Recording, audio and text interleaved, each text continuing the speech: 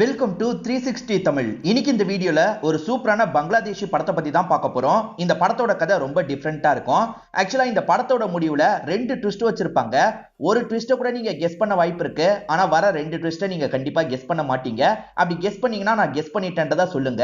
இந்த படத்தோட பிளாட்டை பத்தி சொல்றேன். ஆக்சுவலா ஹஸ்பண்ட் இருக்காருல, வெளியூர்ல வேலை பார்த்துட்டு இருக்காரு.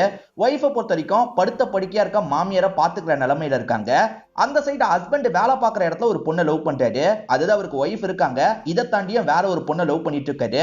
அதனால ஒய்ஃபுக்கு முன்ன மாதிரி சரியா காசே அனுப்ப மாட்டாரு. இதை நினைச்சு ஒய்ஃப் இந்த இடத்துல ஃபீல் பண்றாங்க. முன்ன மாதிரி எதனால ஹஸ்பண்ட் பேச மாட்டாரு, வேற ஏதாவது பொண்ணை பார்த்துட்டாரா அப்படின்ற மாதிரி ஒய்ஃப் இந்த இடத்துல ஃபீல் பண்ணிட்டு இருக்காங்க.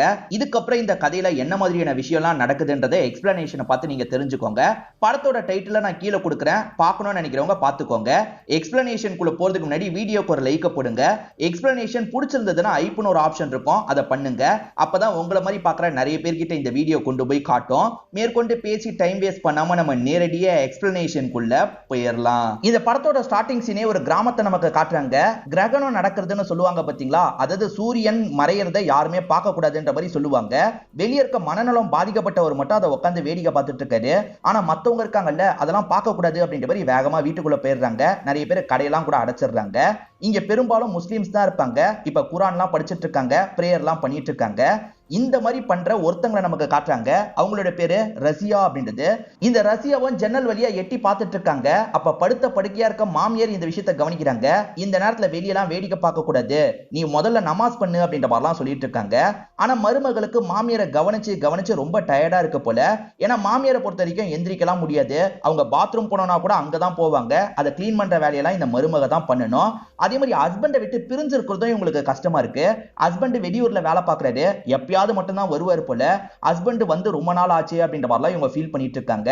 மாமியார் எப்ப பாரு இவங்களை டார்ச்சர் பண்றாங்க. அதை எடுத்துட்டு வா, இதை எடுத்துட்டு வா அப்படின்ற மாதிரி ஏதாவது சொல்லிக்கிட்டே இருக்காங்க.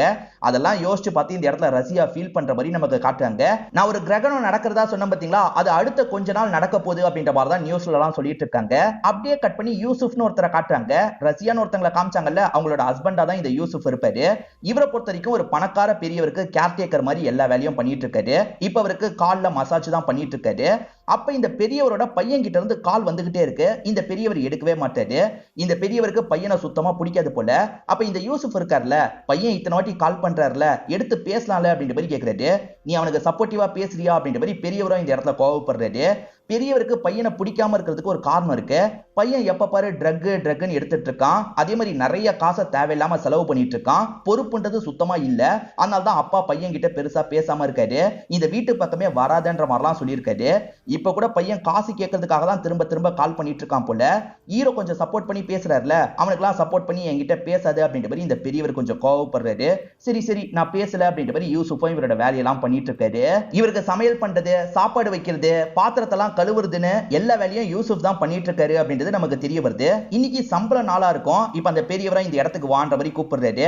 அப்படி கூப்பிட்டவரு இவருக்கு சம்பளத்தை தந்துடுறாரு. கொஞ்சம் எக்ஸ்ட்ராவே சம்பளம் தந்திருக்காரு. அதனால இவரும் சந்தோஷமா இங்க இருந்து கிளம்புறாரு. இந்த யூசுஃபை பொறுத்த வரைக்கும் ஒரு ரூம் மாதிரி எடுத்து தங்கிட்டு தான் இருக்காரு போல. இப்ப அந்த ரூமுக்கு வந்துடுறாரு. நம்ம ஒய்ஃபுக்கு காசெல்லாம் அனுப்பணும் அப்படின்ற மாதிரிலாம் யோசிச்சுட்டு இருக்காரு. யூசுஃப் இவரோட வீட்டுல படுத்து யோசிச்சுட்டு இருக்கிறத நமக்கு காட்டுறாங்க. அப்படியே கட் பண்ணி ரசியா அவங்களோட வீட்டுல படுத்து யோசிச்சுட்டு இருக்கிறத காட்டுறாங்க.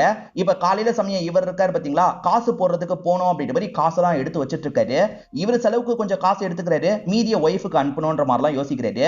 காசெல்லாம் மணி ஆர்டர் பண்ணுவாங்கல்ல, அந்த இடத்துக்கு வந்துடுறாரு. இப்ப காசெல்லாம் வச்சு அந்த லேடி கிட்ட தந்துட்டு இருக்காரு. அவங்களும் எண்ணி பாக்குறாங்க. மொத்தம் 9000 ரூபாய் இருக்கு, 9000 ரூபாய் அனுப்பணுமான்ற மாதிரி கேட்கறாங்க. இவரோட மனசு மாறிடுது போல. ஒரு 1000 ரூபாய் மட்டும் தந்துருங்கன்ற மாதிரி 1000 ரூபாய் வாங்கிக்கிறாரு. இந்த 8000 ரூபாய் மட்டும் அனுப்புங்கன்ற மாதிரி சொல்றாரு. அவங்களும் சரின்ற மாதிரிலாம் ஏத்துக்கிறாங்க. யூசுஃபோட அம்மா தான் அந்த காசெல்லாம் எண்ணி பாக்குறாங்க. என்ன எப்பவுமே அனுப்புறதை விட கொஞ்சம் கம்மியா அனுப்பியிருக்கான் அப்படின்ற மாதிரிலாம் புலம்பிட்டு இருக்காங்க. ஒய்ஃபுக்கு இந்த காசை நினைச்சுலாம் கவலையே கிடையாது. ஹஸ்பண்டை விட்டு பிரிஞ்சு 6 மாசம் இருக்காங்க போல. ஹஸ்பண்ட் என்ன பார்க்கவே வரமாட்டாரு, காலம் பண்ண மாட்டாரு, லெட்டர்ல மட்டும் தான் பேசுறாரு அப்படின்ற மாதிரிலாம் ரொம்ப ஃபீல் பண்ணிட்டு இருக்காங்க. மாமியாருக்கு அதை பத்திலாம் கவலை கிடையாது. பையன் அங்கேயே இருக்கட்டும், காசு அனுப்புனா மட்டும் போதும்ன்ற மாதிரி யோசிக்கிறாங்க. நீ சும்மா சும்மா அவனுக்கு கால் பண்ணி இங்க வாங்கன்ற மாதிரிலாம் கூப்பிடாத, இங்க வந்தா ப்ராப்பரான வேலை கிடைக்காது, அதனால அவன் அங்கேயே இருக்கட்டும் அப்படின்ற மாதிரிலாம் மாமியார் சொல்றாங்க. ஆனா ஹஸ்பண்டை விட்டு பிரிஞ்சே இருக்கிறது ரசியாக்கு ரொம்ப கஷ்டமா இருக்கு. இப்ப மாமியார் இருக்காங்கல்ல, எனக்கு பாத்ரூம் வருது, என்ன ஏதுன்னு கொஞ்சம் வந்து பாருன்ற மாதிரிலாம் சொல்றாங்க. சரி போலான்ற மாதிரி இவங்களும் உங்களுக்கு வேண்டியதெல்லாம் பக்கத்துல இருந்து பண்றாங்க. இப்ப யூசுஃபை நமக்கு காட்டுறாங்க ஒரு டீ கடையில நின்னு டீ குடிச்சிட்டு இருக்காரு. அந்த வழியா நிறைய பொண்ணுங்க நடந்து போயிட்டு இருக்காங்க. பக்கத்துல ஒரு கார்மெண்ட்ஸ் இருக்கும். அந்த இடத்துல வேலை பார்க்கறதுக்காக தான் இந்த பொண்ணுங்க எல்லாம் போயிட்டு இருக்காங்க. அதுல ஒரு பொண்ணு தான் ஃபாத்திமாவா இருப்பாங்க. பேர் எல்லாமே நான் தான் வைக்கிறேன், நீங்க இதே பேர்ல ஃபிக்ஸ் ஆயிக்கோங்க. யூசுப்க்கு இந்த ஃபாத்திமாவை ரொம்ப பிடிக்கும் போல. இவங்களே வச்ச கண்ணு வாங்காம பார்த்துட்டு இருக்காரு. இவருக்கு ஏற்கனவே ஒரு ஒய்ஃப் இருக்காங்க, அதை தாண்டி வேற ஒரு பொண்ணை பார்த்துட்டு இருக்காருன்னு தெரிய வருது. இங்கதான் இந்த படத்தோட டைட்டில போடுறாங்க. இந்த பெரியவருக்கு ஒரு பையன் இருக்கிறதா சொன்ன பாத்தீங்களா, அந்த பையனும் பெரியவரை பார்க்கறதுக்காக வந்திருக்காரு. அப்பா நான் முன்ன மாதிரிலாம் இல்லப்பா, ரொம்ப மாறிட்டேன். நான் பிசினஸ் பண்ணல, அதுல ரொம்ப கடன் ஏற்பட்டுச்சுப்பா. நீங்க காசு தந்தீங்கன்னா அந்த கடன் எல்லாத்தையும் அடைச்சிருவேன். அதுக்கப்புறம் ஒழுங்கா இருக்கேன், ஒழுங்கா பிசினஸ் பண்றேன் அப்படின்ற மாதிரிலாம் சொல்லிட்டாரு. இதே மாதிரி பல வாட்டி பையன் பேசியிருப்பாரு போல. இந்த வாட்டி அப்பா ஏமாறுறதுக்கு தயாரா இல்ல. உன்னை நம்பிலாம் நான் காசே தரமாட்டேன், முதல்ல இங்க இருந்து கிளம்பி போ. இந்த காசை வச்சு ட்ரக் வாங்கலாம் தானே பிளான் போடுற அப்படின்ற மாதிரி அப்பா கேட்கிறாரு. அப்படிலாம் இல்லப்பா, நான் மாறிட்டேன்ற மாதிரி இவர் எவ்வளவோ சொல்றாரு. ஆனா அப்பா ஏத்துக்க மாட்டாரு. அப்பா இங்க இருந்து எந்திரிச்சு கிளம்பலான்ற மாதிரி எந்திரிச்சு கிளம்ப பாக்குறாரு. இதுக்கப்புறம் நடிக்கிறது வேலைக்காவது அப்படின்ற மாதிரி பையன் யோசிக்கிறான். இப்ப பையன் இருக்கான்ல, தெனாவுட்டா சோஃபால உட்காந்த மாதிரி ட்ரக் எல்லாம் எடுத்துட்டு இருக்கான். பையன் இன்னும் மாறலன்றது அப்பாக்கு கன்ஃபார்ம் ஆயிருது. இங்க இருந்து போக போறியா இல்லையான்ற மாதிரி அப்பா கோவப்படுறாரு. நீ காசத்தா நான் போறேன்ற மாதிரி இவனும் சொல்றான். உனக்கு ஒரு பைசா கூட தர முடியாது, வெளியே போடா அப்படின்ற மாதிரி அப்பா கோவப்படுறாரு. தரமாட்டியான்ற மாதிரி அவன் அடிக்கிறதுக்காகலாம் வந்துட்டு இருக்கான். அப்ப இந்த இடத்துக்கு வந்த யூசுப் இருக்கார்ல, நிறுத்துன்ற மாதிரிலாம் இந்த பையனை கண்ட்ரோல் பண்றாரு. ஒரு ஸ்டேஜ்ல இந்த பையனை சமாதானம் பத்தி இங்க இருந்து அனுப்பி வைக்கிறாரு. பையன் பயங்கரமா கோவப்படுறான். ரசியாவோட மாமியாரை பொறுத்த வரைக்கும் மேக்சிமம் தூங்கிக்கிட்டே தான் இருப்பாங்க. இப்ப கண் முழிச்சு பார்க்கும்போது வீட்டுல அந்த மனநலம் பாதிக்கப்பட்டவன் உட்காந்து சாப்பிட்டுட்டு இருக்கான். அதாவது ரசியா தான் வீட்டுல உட்கார வச்சு சாப்பாடுலாம் தராங்க போல. இந்த விஷயத்தை பாக்குற மாமியார் பயங்கரமா டென்ஷன் ஆயிடுறாங்க. இவனை எதுக்காக நீ வீட்டுக்குள்ள உட்கார வச்சிருக்க அப்படின்ற மாதிரி பயங்கரமா திட்டிட்டு இருக்காங்க. நீ எந்திரிச்சு வெளியே வந்துரு, நீ எந்திரிச்சு வெளியே வந்துரு அப்படின்ற மாதிரி இவங்களும் வேகமா அவனை வெளியெல்லாம் கூட்டு போய் உட்கார வச்சிடுறாங்க. இப்ப மாமியார் இருக்காங்கல்ல, இங்க வான்ற மாதிரி கூப்பிடுறாங்க. அத தெரியாம பண்ணிட்டேன் சாரின்ற மாதிரிலாம் இவங்க சொல்றாங்க. உன்னை பக்கத்துல வான்னு சொன்னேன் அப்படின்ற மாதிரி இவங்களும் பக்கத்துல கூப்பிடுறாங்க. இப்ப ரசியா பக்கத்துல வந்தோடனே இந்த லேடி இருக்காங்கல்ல, சட்டுன்னு முடிய பிடிச்சி இழுக்கிறாங்க.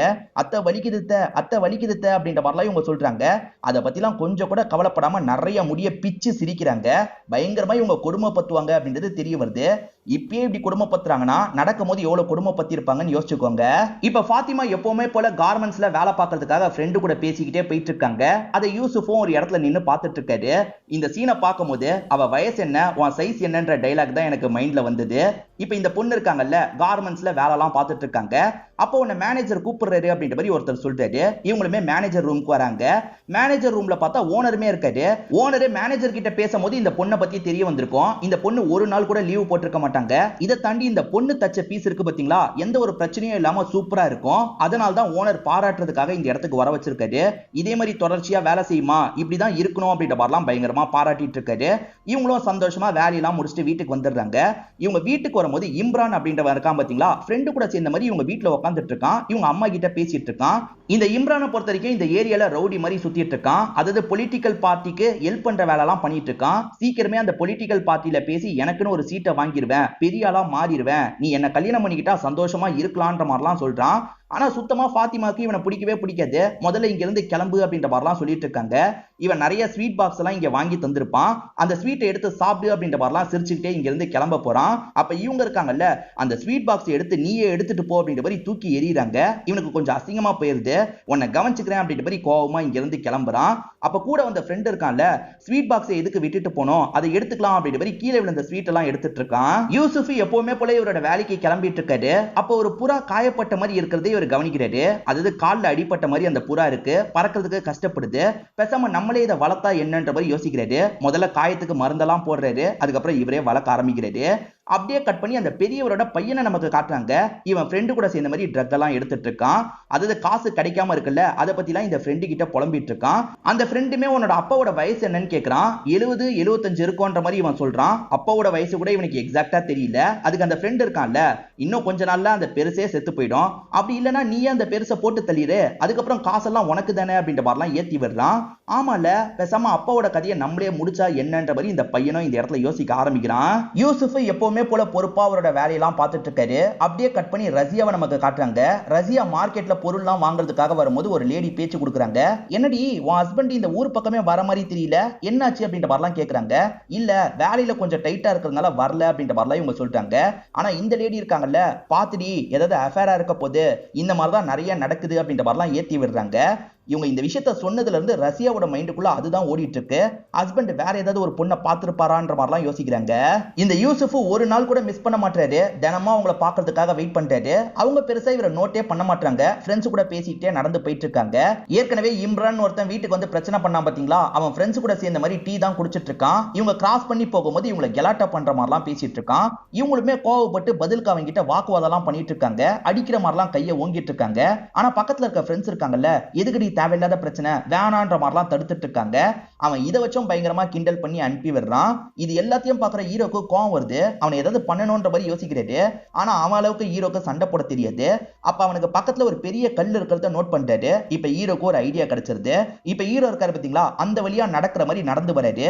இப்ப அந்த கல்லுல தடுக்கி விழுற மாதிரி அவன் மேல இடிச்ச மாதிரி விழுறாரு. சூடா இருக்க டீ அவனோட கையில எல்லாம் சிந்திருது. அவன் வலியால துடிச்சிட்டு இருக்கான். இப்ப கோவத்துல இவர் அடிக்கிறதுக்காக வரான். சாரி தெரியாம நான் இடிச்சிட்டேன் அப்படின்ற மாதிரி இவருமே சொல்லிட்டு இருக்காரு. சரி போன்ற மாதிரி அங்க இருக்க ஆளுங்க எல்லாம் சொல்றாங்க.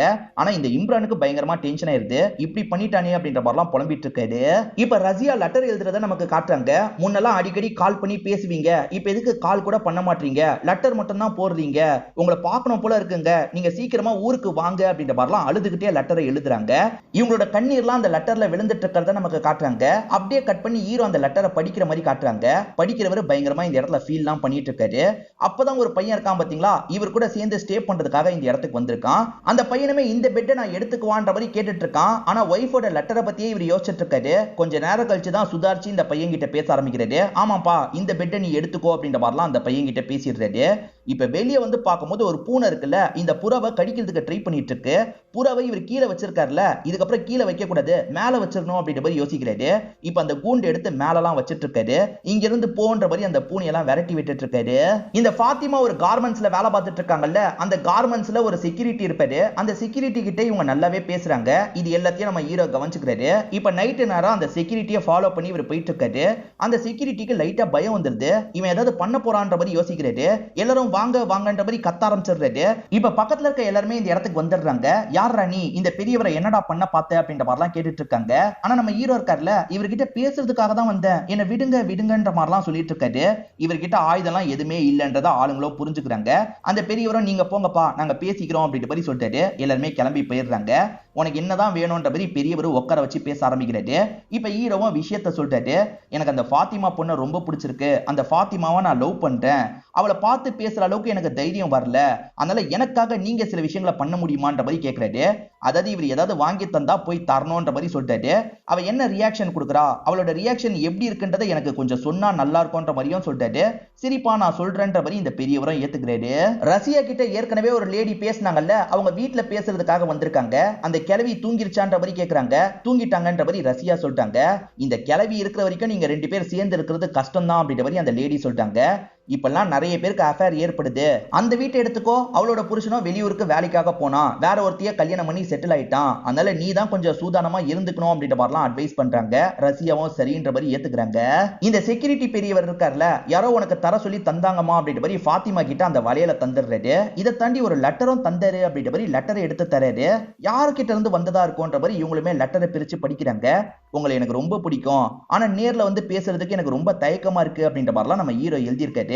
யாரு அனுப்பியிருக்காங்கன்றதை இவங்களால புரிஞ்சுக்க முடியல. இவங்களும் சரின்ற மாதிரி வாங்கிட்டு போறாங்க. லைட்டா ஸ்மைல் பண்ணிக்கிட்டே தான் போவாங்க. இதை பாக்குற பெரியவர் ஹீரோ கிட்ட சொல்லலாம் அப்படின்ற மாதிரி ஹீரோக்கு கால் பண்ணிட்டாரு. ஹீரோவும் இதை கேட்டு ரொம்ப சந்தோஷப்படுறாரு. இப்பயே ஹீரோ ஷாப்பிங்காக தான் வந்திருப்பாரு. கம்மல் வாங்குறாரு, அதே மாதிரி வந்து சாரி மாதிரி வாங்கிட்டு இருக்காரு. இப்ப ஹீரோவும் வேலை பார்க்குற இடத்துக்கு வராரு. வேலை எல்லாத்தையும் முடிச்சுட்டு இங்க இருந்து கிளம்ப ஆரம்பிக்கிறாரு. இவர் கிளம்பி போகும்போது அந்த பெரியவரோட பையன் வீட்டுக்குள்ள நுழையறத நமக்கு காட்டுறாங்க. அவன் சும்மா நுழையில, அவன் கையில ஒரு கன்னும் இருக்கு. அப்பாவை போட்டு தள்ளுறதுக்காக தான் இந்த இடத்துக்கு வந்துட்டு இருக்கான் போல. இப்ப நம்ம ஹீரோ இருக்கார்ல, இவர் தங்கிட்டு இருக்க இடத்துக்கு வந்துடுறாரு. இப்பதான் ஒரு விஷயம் இவருக்கு ஞாபகம் வருது. அது என்னன்னா, அவங்களுக்காக சாரி கம்மல் வாங்கினாரு பாத்தீங்களா, அதை அங்கேயே விட்டுட்டு வந்துட்டோன்றதை புரிஞ்சுக்கிறாரு. அங்க போய் எடுக்கணும் அப்படின்ற மாதிரிலாம் இவர் திரும்பி வர ஆரம்பிக்கிறாரு. அப்படி வந்து பார்க்கும்போது இந்த பெரியவர் கையில கன்னோட இருக்காரு. அதே மாதிரி அந்த பையன் காயப்பட்ட மாதிரி கீழே விழுந்து கிடக்குறான். என்னாச்சு அப்படின்ற மாதிரிலாம் ஹீரோ கேட்கிறாரு. இவன் தான் அட்டாக் பண்ண வந்தான்னு தெரியாம ஷூட் பண்ணிட்டேன் அப்படின்ற மாதிரிலாம் சொல்லிட்டு இருக்காரு. சோ தெரியாதனமா தள்ளுமுள்ளி ஏற்பட்டு பையனையே இவர் ஷூட் பண்ணிட்டாரு போல. பையனையே ஷூட் பண்ணிட்டுமே அப்படின்ற மாதிரி அப்பா பயங்கரமா ஃபீல் பண்ணிட்டாரு. இப்ப இவரும் கூட இருந்து பண்ண வேண்டிய எல்லா விஷயத்தையும் பண்ணிட்டு இருக்காரு. பையன் உயிரோட தான் இருக்கான், கொஞ்சம் சீரியஸான கண்டிஷன்ல இருக்கான்.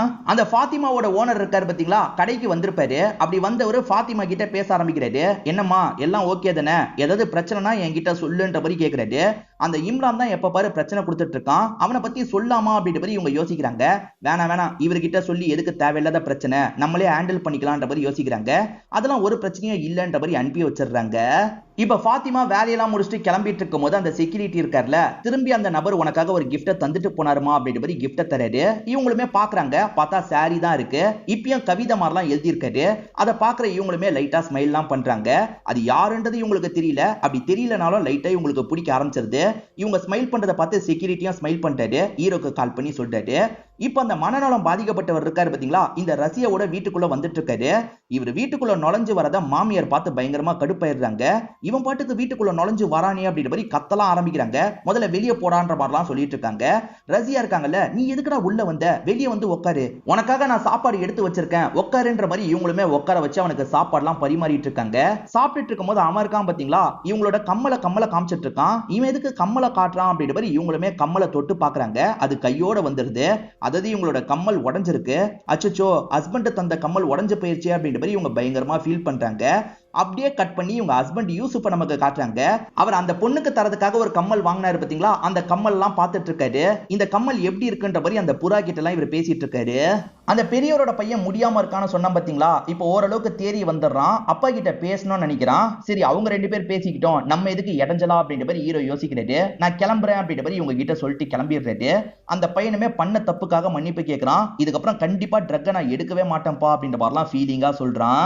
இவர் ஃபாத்திமாக்கு ட்ரெஸ் வாங்கி தந்தார்ல, அதை போட்டுட்டு வாங்கன்னு தான் லெட்டர்ல எழுதியிருப்பாரு. ஆனா அதை போடாம வந்திருக்காங்க. என்ன போடலன்ற மாதிரி இவரும் ஃபாலோ பண்ணிக்கிட்டே வந்துட்டு இருக்காரு. திடீர்னு பார்த்தா கலர் சாயத்தை யாரோ மேல ஊத்துறாங்க. யாரோட வேலைன்ற மாதிரிலாம் ஃபாத்திமா ஷாக் ஆகுறாங்க. இம்ரானோட வேலையா தான் இருக்கும். இம்ரானோட ப்ரொபோசலை இவங்க ஏத்துக்கல, அதனால தான் இந்த மாதிரிலாம் டார்ச்சர் பண்ணிட்டு இருக்கான். இப்ப ஹீரோவும் ஒரு தண்ணி பாட்டில வாங்கிட்டு வேகமா இவங்களுக்கு பக்கத்துல வந்துடுறாரு. இந்தாங்க வாஷ் பண்ணுங்க அப்படின்ற மாதிரி தண்ணியெல்லாம் ஊத்தி அவங்கள வாஷ் பண்ண வச்சிட்டு இருக்காரு. வாஷ் பண்ணிட்டு இருக்க அவங்களுக்கு இவர் ஒருவேளை நம்ம கிட்ட பேசுற நபரா இருப்பாரா அப்படின்ற மாதிரி தோண ஆரம்பிக்குது. ஏன்னா இவரா வந்து ஹெல்ப் பண்ணிருக்காருல, அதனால தான் இந்த மாதிரி தோணுது. இவர் பெருசா காமிச்சுக்காத மாதிரி சாதாரணமா ஹெல்ப் பண்ணிட்டு போயிடுறாரு. இப்ப ரசியாவும் ஹஸ்பண்டுக்கு லெட்டர் எழுதலான்ற மாதிரி எழுதிட்டு இருக்காங்க. இத பாக்குற மாமியார் பயங்கரமா திட்ட ஆரம்பிக்கிறாங்க. எப்ப பாரு எதுக்காக அவனுக்கு லெட்டர் எழுதிட்டு இருக்க, நீயே வாங்கன்ற மாதிரி அவனை கிளம்பி வர வச்சிடாத. அவன் அங்கதான் கொஞ்சம் சம்பாதிக்கிறான், நமக்கும் காசு கிடைக்குது. அவன் இங்க வந்துட்டானா வேலைலாம் கிடைக்காது. இதுக்கப்புறம் லெட்டர் எழுதுறத பார்த்தனா அவ்வளவுதான் அப்படின்ற மாதிரி கோவம்லாம் பட்டுட்டு இருக்காங்க. அதாவது மாமியார் இவங்களோட கஷ்டத்தை நினைச்சு கொஞ்சம் கூட ஃபீல் பண்ண மாட்டாங்க. இவங்களை பொறுத்த வரைக்கும் ஏற்கனவே ஒரு பையன் இருக்கான், இருந்தாலுமே ஹஸ்பண்ட் கூட ஒன்னா இருக்கணும்ன்ற மாதிரிலாம் ஆசைப்படுறாங்க. அந்த ஆசையை கொஞ்சம் கூட இவங்க புரிஞ்சுக்க மாட்டாங்க. எப்ப பாரு மருமகளை போட்டு திட்டிக்கிட்டே இருக்காங்க. இப்ப நம்ம ஹீரோ நடந்து வந்துட்டு இருக்கும் போது ஒரு விஷயத்தை கவனிக்கிறாரு. இம்ரான போலீஸுங்க அரெஸ்ட் பண்ணி கூட்டு போயிட்டு இருக்காங்க. யாரோ இவனுக்கு எதிராக கம்ப்ளைண்ட் கொடுத்திருக்காங்க போல, நல்லது அப்படின்ற மாதிரி இவருமே இந்த இடத்துல யோசிச்சுட்டு இருக்காரு. கம்ப்ளைண்ட் கொடுத்தது யாருன்றது இப்பதான் நமக்கு தெரிய வருது. ஃபாத்திமாக்கு ஒரு ஓனர் இருக்க மாதிரி காமிச்சாங்கல்ல, அவர் தான் கம்ப்ளைண்ட் கொடுத்திருப்பாரு. அவனால எனக்கு பிரச்சனை ஏற்படுதுன்ற மாதிரி ஃபாத்திமா சொல்லியிருப்பாங்க. ஹெல்ப் பண்றதுக்காக தான் இப்படி பண்ணிருக்காரு, ஹெல்ப் பண்ணதுக்கு நன்றின்ற மாதிரி சொல்றாங்க. இதுக்கெல்லாம் போய் எதுக்குமா நன்றி சொல்லிட்டு இருக்க, எனக்குமே உன் வயசுல ஒரு பொண்ணு இருக்கா, நீயே எனக்கு பொண்ணு மாதிரி தான் அப்படின்ற மாதிரிலாம் சொல்லிட்டாரு. ஆக்சுவலா இவருக்கு ஒரு வயசு பொண்ணு இருக்காங்கல்ல, அந்த பொண்ணோட பர்த்டே நடக்க போது, கண்டிப்பா நீ வரணுமான்ற மாதிரி சொல்லிட்டாரு. வரன்ற மாதிரி இவங்களுமே இந்த இடத்துல ஏத்துக்கிறாங்க. ரசியா ரொம்ப ஃபீலிங்கா லெட்டர் எழுதியிருப்பாங்க. எப்பதாங்க வரீங்கன்ற மாதிரிலாம் எழுதியிருப்பாங்க. அதை பாக்குற இவருமே ஃபீல் பண்றாரு. இப்ப பதிலுக்கு லெட்டர் எழுதலாம்னு நினைக்கிறாரு. ஆனா பெருசா லெட்டர் எழுத மாட்டாரு. இந்த வாட்டி வெறும் காசை மட்டும் அனுப்பி வச்சிடலான்ற மாதிரி இவர் காசை மட்டும் அனுப்பி வச்சிடுறாரு. அந்த சைடு காசு வந்துருது.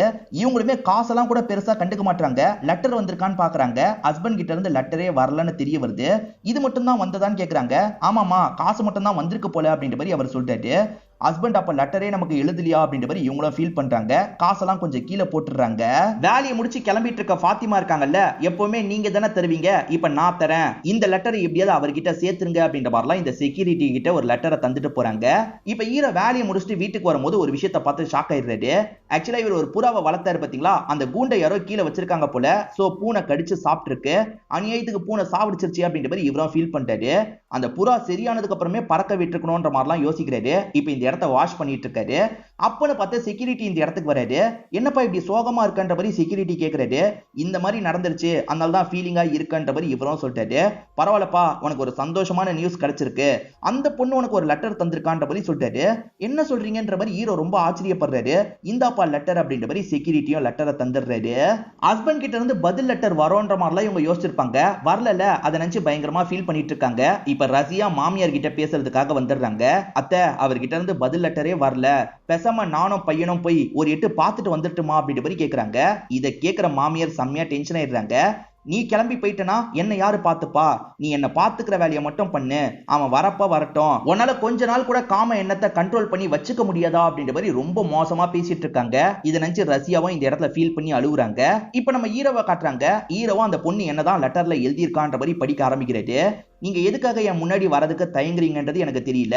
நீங்க முன்னாடி வர வரைக்கும் கண்டிப்பா அந்த சாரிய அந்த கம்மலை நான் போடவே மாட்டேன். ஆக்சுவலா ஓனரோட பொண்ணு பர்த்டே வரப்போகுது, அந்த பர்த்டே ஃபங்க்ஷனுக்கு நான் போக போறேன், நீங்களும் கண்டிப்பா வரணும், நேரடியா உங்களை பார்த்து நான் பேசுறேன், நீங்க எப்படி இருந்தாலும் சரி அதை பத்தி எனக்கு கவலையே இல்லைன்ற மாதிரிலாம் எழுதியிருக்காங்க. நேரடியா அவளை பாக்குறதுக்கு போலாம் அப்படின்ற மாதிரி இவருமே இந்த இடத்துல யோசிக்கிறாரு. இப்ப ரசியா இருக்காங்கல்ல, மாமியாரை பாக்குறதுக்காக வராங்க. பார்த்தா மாமியார் இறந்து போயிருக்கிறது இவங்களுக்கு தெரிய வருது. எப்படி மாமியார் இறந்து போனாங்கன்னு யோசிச்சுக்கிட்டே வெளியே வராங்க. வாசல்ல அந்த மனநலம் பாதிக்கப்பட்டவன் உட்கார்ந்துட்டு இருக்கான். இவன் தான் இந்த விஷயத்த பண்ணிருக்கான்றதை இவங்களுமே புரிஞ்சுக்கிறாங்க. இவன் தான் பண்ணிருப்பான். எப்ப பாரு அந்த மாமியார் இவங்களை கஷ்டப்படுத்திக்கிட்டே இருக்காங்கல்ல, அதனால இவங்களுக்கு ஹெல்ப் பண்றதுக்காக தான் இந்த மாதிரி ஒரு விஷயத்த பண்ணிருப்பான். எதுக்காகடா இப்படி பண்ண அப்படின்ற மாதிரி இவங்களுமே அழுதுகிட்டே அவங்க கிட்ட பேசுறாங்க. இப்ப ஃபாத்திமா இருக்காங்கல்ல, அவர் வாங்கி தந்த சாரியை கட்டிக்கிறாங்க. அதே மாதிரி அவர் கம்மல்லாம் வாங்கி அனுப்பி வச்சாரு பாத்தீங்களா, அந்த கம்மல்லாம் மாட்டிக்கிட்டு இங்க இருந்து கிளம்ப ஆரம்பிக்கிறாங்க. நம்ம ஹீரோவும் அந்த ஃபங்க்ஷனுக்கு போலான்ற மாதிரி வந்துட்டு இருக்காரு. அப்படி வந்துட்டு இருக்கும்போது பெரியவர் கிட்ட இருந்து இவருக்கு கால் வருது. பெரியவர் ஏதோ ஒரு வேலை விஷயமா வெளியே போயிருக்காரு போல. பையனை யாராவது பாத்துக்கணும்ல, நீ போய் பையனை பாத்துக்கோன்ற மாதிரி சொல்லிட்டாரு.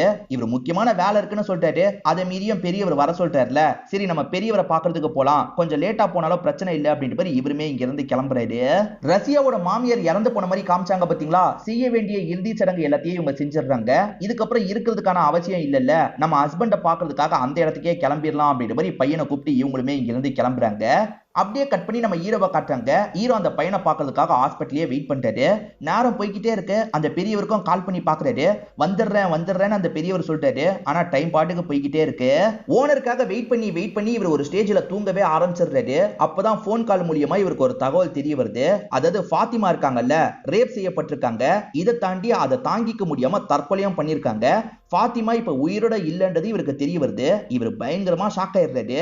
கண்டிப்பா இது இந்த இம்ரானோட வேலையா தான் இருக்கும், அவன் ஜெயிலை விட்டு வெளியே வந்துட்டான்ல, அவன் தான் இப்படி பண்ணிருப்பான் அப்படின்ற மாதிரிலாம் யோசிக்கிறாரு. அவனை விடக்கூடாதுன்ற மாதிரி கோபமா கிளம்புறாரு. அதே மாதிரி ஒய்ஃப் இந்த இடத்துக்கு ரீச் பண்ணிட்டாங்க. கால் பண்ணா ஹஸ்பண்ட் எடுக்க மாட்டாரு. இவங்களுமே இடத்தை விசாரிச்சு போனோன்ற மாதிரிலாம் போயிட்டு இருக்காங்க. இப்ப நம்ம ஹீரோ இருக்காரு பாத்தீங்களா, அந்த இம்ரான் வீட்டுக்கு வந்துடுறாரு.